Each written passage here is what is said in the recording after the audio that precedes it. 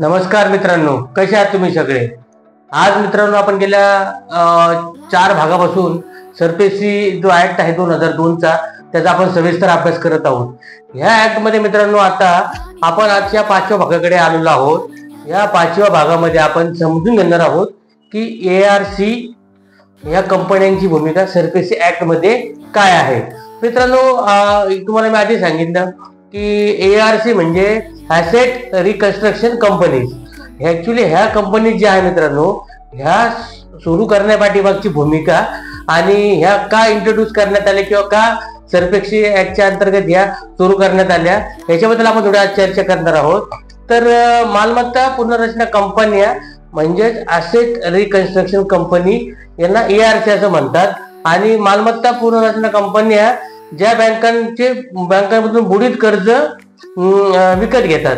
म्हणजे मी तुम्हाला आधी पण सांगितलं आपल्या व्हिडिओमध्ये की ARC कंपनी ज्या आहेत, ज्या बँकांचे बुडीत कर्ज असतात, जे अकाउंट NPA झालेले असतात, नॉन परफॉर्मिंग ॲसेट असे झालेले असतात, असे अकाउंट किंवा असे कर्ज ह्या ARC कंपनी विकत घेतात. तर हे याच्या मागचे हे मुख्य ARCचं काम आहे. आता ARCची जी स्थापना आहे ती सरफेसी कायद्याच्या अंतर्गत मालमत्ता पुनर्रचना कंपन्यांची स्थापना करण्यात आली. सरफेसी कायदा ARC कंपन्यांची स्थापना करण्यात आली.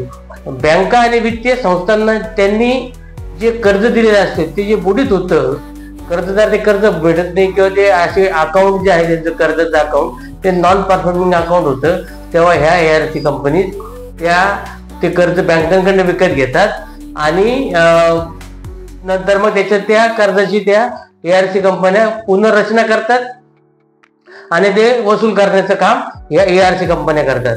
आता याच्यामध्ये तिसरा जो मुद्दा आहे की बुडीत कर्ज विकत घेण्याची प्रक्रिया. आता ही जी बुडीत कर्ज विकत घेण्याची प्रक्रिया नेमकी कशी असते, तर ह्या ज्या ARC कंपनी या बँकांबरोबर करार करतात. या करारामध्ये त्या बँकांकडून ते बुडीत कर्ज विकत घेतात आणि कर्जदाराची मालमत्ता जप्त करून किंवा तिला विविध उपाययोजनांच्या माध्यमातून ते कर्ज जे आहे ते वसूल करण्याचं काम या ARC कंपनीत करतात. आता या ARCच्या अंतर्गत एक परत दुसरी तिला सिक्युरिटायझेशन म्हणतात. म्हणजे सुरक्षा रक्कम आणि सिक्युरिटायझेशन तर मी तुम्हाला आधी पण याच्या पूर्वीच्या व्हिडिओमध्ये समजून सांगितलं होतं की सिक्युरिटायझेशन म्हणजे काय, की बँका एखाद्या कर्जदार जेव्हा कर्ज देते एखादी मालमत्ता तारण ठेवून, जर त्या कर्जदाराने ती कर्ज जर व्यवस्थित वेळेवर भरलं नाही तर ते अकाउंट NPA होतं. जेव्हा ते अकाउंट NPA होतं तर तेव्हा बँका काय करतात, मग हे कर्ज जे आहे ते ARC कंपनीने विकतात. ARC कंपनीने विकल्यामुळे त्यांचा असा फायदा होतो की त्यांना लगेच त्वरित कर्ज म्हणजे त्यांना पैसा मिळतो. पैसा मिळाल्यामुळे काय होते की ते त्यांना पुंजी मिळाल्यामुळे ते कर्ज परत दुसऱ्या लोकांना वाटू शकतात. तर हा ARC कंपनीचा रोल आहे ह्या कर्जाच्या प्रकरणामध्ये. जर बँकांनी हे कर्ज समजा जर ARC कंपनीने विकलं नाही तर त्यांची जी NPA होण्याची जी अकाउंट आहेत ती संख्या वाढेल आणि ती संख्या वाढल्यामुळे काय होतं की मग बँक तोट्यात जाण्याची शक्यता मोठ्या प्रमाणात असे ती नाकारता येत नाही किंवा बँक देखील पूर्ण डुबू शकते, बुडू शकते. तर अशा प्रकारचं हे प्रोसिजर होऊ शकते. त्याच्यामुळे बँका ह्या आपल्या कर्ज जे आहे ते ARC कंपनींना विकतात बुडीत कर्ज आणि ARC कंपनी त्या कर्ज विकत घेतात आणि त्या वसूल करतात. आता ARC कंपनी कर्जाची वसुली किंवा पुनर्रचना काय करतात, बेसिकली काय होतं की जेव्हा एखादं अकाउंट NPA म्हणून घोषित केलं जातं तेव्हा त्या अकाउंटला ह्या ARC कंपनी विकत घेतात. मग त्या कर्जाचं ते पुनर्रचना करतात. म्हणजे त्या कर्जदार असो त्याला बोलवून घेतात की बाबा तुला हे कर्ज जे घेतले, आता तुला जेवढे जे कर्ज आम्ही दिलंय तर ते तुला भरणं शक्य नाहीये. तर मग तू काय कर, तू समजा जर 60 वर्षाची कर्जाची मुदत असेल तर 10 वर्ष करणार, कर्जाचा हप्ता कमी करणार किंवा त्याच्यामध्ये ते व्याज दर जो आहे त्याच्यामध्ये फ्लक्च्युएशन करणार. म्हणजे मुदत वाढवणं किंवा त्याच्या व्याजामध्ये बदल करणं असं काम ह्या ARC कंपनीज करतात आणि त्या कर्जदाराकडून ते पैसे वसूल करण्याचं काम करतात. म्हणजे समजा 60 वर्ष जर एखादा वक्त भरणार असेल त्याला 15 वर्षाची मुदत ती देतात. फॉर एक्झाम्पल सांगतो, तर 15 वर्षाच्या कालामध्ये काय होतं, त्याचा हप्ता जो असतो तो समजा जर 20,000 असेल तो डायरेक्ट 10,000 येतो. 10,000 आल्यामुळे तो कर्जदार ते फेडू शकतो. आता याच्यामध्ये त्या एआरसी कंपनीचा फायदा काय आहे की ज्या याच्यावर त्यांना 7 वर्षासाठी किंवा 10 वर्षासाठी जे कर्ज घेतलं होतं ते आता ते 20 वर्ष त्यांच्याकडनं फेडून घेणार. म्हणजे त्यांना जो काय मिळणारा नफा आहे व्याजाचा तो ह्या एआरसी कंपनीचा तो फायदा असतो. तर हे महत्वाचं काम आहे. किंवा समजा जर एआरसी कंपनीने ते कर्जाचं पूर्ण स्ट्रक्चर केलं, कन्स्ट्रक्शन केलं, जरी तो व्याज भरू शकला नाही किंवा त्याला ते मान्य नसलं, अशा कंपनीत काय एआरसी कंपनी काय करते, त्या ज्या ती जी त्याची मालमत्ता आहे ते विकून टाकते आणि नंतर आपलं कर्ज ते फेडून घेते. तर हे महत्वाचं याच्यामध्ये एआरसी कंपनीचा रोल आहे. आता याच्यामध्ये एआरसीचा फायदा काय होतो, तर बँकेकडे जे बुडीत कर्जाची रक्कम आहे त्यामुळे त्यांना अधिक कर्ज वितरणासाठी पुंजी मिळते. आणि म्हणजे एआरसी कंपनी जी आहे, कंपनी काय करते, ती एआरसी कंपनी ते जे कर्ज आहे ते कर्ज विकत घेते आणि ती कर्ज विकून टाकते किंवा रिकन्स्ट्रक्ट करून त्याच्यामध्ये जास्तीत जास्त नफा मिळवते. त्याच्यामध्ये त्यांच्याकडे पुंजी चांगल्या प्रकारात मिळते. आणि एआरसी कंपन्या त्वरित वस्तू एआरसी कंपन्या काय करतात, आता तुम्हाला मी आधी सांगितले की सरफेसी कायद्यामध्ये न्यायालयीन प्रक्रिया वगळून डायरेक्ट कंपन्यांना तसे अधिकार दिले, त्यांनी बँकांना अधिकार दिले की त्यांनी कर्जाची वसुली करायची. त्याच्यामुळे काय होतं की हे वसुलीचं काम जे आहे एआरसी कंपन्या प्रभावीपणे करतात, त्यांची पूर्ण यंत्रणा कामाला लावतात आणि त्या प्रभावीपणे ते कर्ज वसूल करतात. त्याच्यामुळे त्यांना प्रॉफिट मिळण्याचे चान्सेस जास्त असतात. ती मालमत्ता विकून किंवा बाकी तुम्हाला मी सगळे मार्ग सांगितले त्या मार्गाने ते आपलं कर्ज वसुली करतात.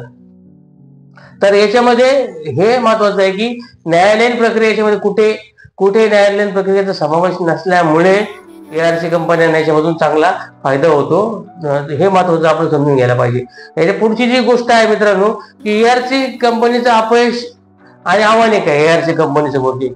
आता बऱ्याचदा असं होतं की एआरसी कंपनी एखादी मालमत्ता विकत घेते पण तिला बाजारभाव त्यावेळेस कमी झालेला असला, बाजार मूल्य मिळालं नसलं, एआरसी कंपनीला तोटा होऊ शकतो. किंवा आणि बरेच असे इश्यूज आहे की त्याच्यामुळे त्या एआरसी कंपनीला तोटा होऊ शकतो. याच्यामध्ये एआरसी कंपनीचे यश काय आणि अपयश काय की एआरसी कंपनी हे बुडीत कर्ज जे घेते त्यांना काही प्रमाणात यश मिळालंय. म्हणजे आता ह्या एआरसी कंपनीपैकी काही ज्या कंपन्या आहेत त्यांनी प्रचंड प्रमाणात बुडीत कर्ज विकत घेतली आणि ते वसूल करण्यात पण ते सक्षम झाले. तसे काही कंपन्यांना त्या जे एआरसी कंपनीचे त्यांना काही वसुली करण्यात काही लोक अपयशी ठरले, त्याच्यामुळे ते तोट्यात गेले. याच्यामध्ये काय होतं मित्रांनो की आता भविष्यामध्ये जे एनपीए अकाउंट्स आहेत, आता बरंच आपण बघतो मार्केटमध्ये नोकऱ्या नाहीयेत किंवा नोकऱ्या असल्या तरी ती टिकेल्याची शाश्वती नाहीये. आता आपण बघतो की जे IT कंपन्या म्हणजे पुण्यामध्ये हिंजवडी की अशा बऱ्याच ठिकाणी जे काय IT सेक्टर आहे की IT सेक्टरमध्ये काम करणारे लोक आहेत त्यांचे सुरुवातीला काय होतं, त्यांची पगार प्रचंड असतात. 10 लाख 20 लाख 25 लाख 50 लाखाचे पॅकेज असतात. हे लोक त्या काय करतात, हे लोक मोठे मोठे घरं विकत घेतात त्या पॅकेजच्या भरोश्यावर आणि अचानक एक दिवस त्यांना समजतं की आपली नोकरी गेली. मग त्यांना त्यांचे जे EMI आहे ते भरणं कठीण होतं आणि ते कठीण झाल्यामुळे काय होतं की मग त्यांचे अकाउंट NPA होतात आणि मग त्या मालमत्ता ज्या अशा एआरसी कंपन्यांना जातात. तर आता भविष्यामध्ये तुम्हाला एकदा नोकरीच्या संध्या कमी आहे, नोकरीच उपलब्ध नाहीये किंवा ज्या आहेत त्या टिकतील घेण्याची गॅरंटी नाहीये. सरकारी नोकरीला तुम्हाला माहिती आहे की सरकारी नोकरीचं आता काही खरं राहिलेलं नाही, तुम्हाला भविष्यात मिळतील घेण्याची सुद्धा काही गॅरंटी नाहीये. तर ह्या परिस्थितीमध्ये मित्रांनो एआरसी कंपन्यांची भूमिका मोठ्या प्रमाणात वाढणार आहे. मित्रांनो आजच्या व्हिडिओमध्ये इतकंच. हे जे सगळे आपण व्हिडिओ बनवतो आहोत ते विविध प्लॅटफॉर्म्सवर जे सोशल मीडियाचे प्लॅटफॉर्म आहेत त्याच्यावर आपण हे अपलोड करतो. त्याच्यामध्ये तुमचं YouTube आहे, फेसबुक आहे, इंस्टाग्राम आहे. तर तुम्ही ज्या कुठल्या माध्यमात हे सगळं बघत असाल तर सगळ्यात तुम्ही माध्यमांना म्हणजे YouTubeला असाल तर तुम्ही आपल्या चॅनलला सबस्क्राईब करा, व्हिडिओला लाईक कमेंट आणि शेअर करा. जर तुम्ही फेसबुकवर बघत असाल तर फेसबुक पेज आपलं लाईक करा आणि त्याच्यावर तुम्ही कमेंट लिहू शकता. इंस्टाग्रामला पण आपल्या इंस्टाग्राम पेजला लाईक करा आणि त्याच्यावर तुम्ही कमेंट लिहू शकता. तोपर्यंत मला तुम्ही रजा द्या. मी तुमचा मित्र ॲडव्होकेट मनीष रणशूर, लीगल आणि बिझनेस कोच. आज इथेच थांबतो. धन्यवाद. जय भारत, जय संविधान.